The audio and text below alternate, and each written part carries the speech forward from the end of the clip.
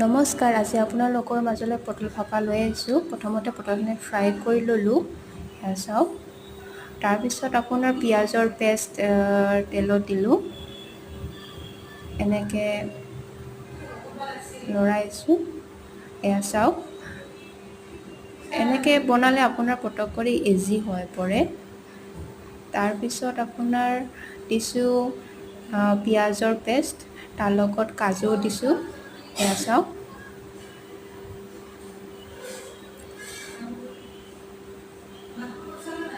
এনেকৈ তাৰপিছত লৰাইছোঁ।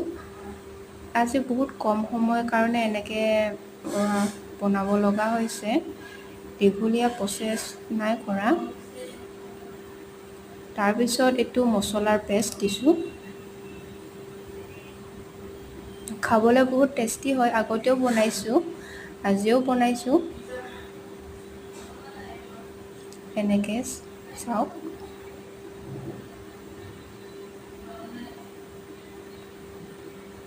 তাৰপিছত আপোনাৰ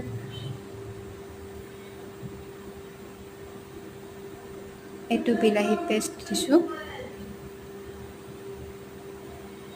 গোটেইখিনিবোৰ মিশ্ৰণবোৰ এতিয়া এনেকৈ বনাই আপোনাৰ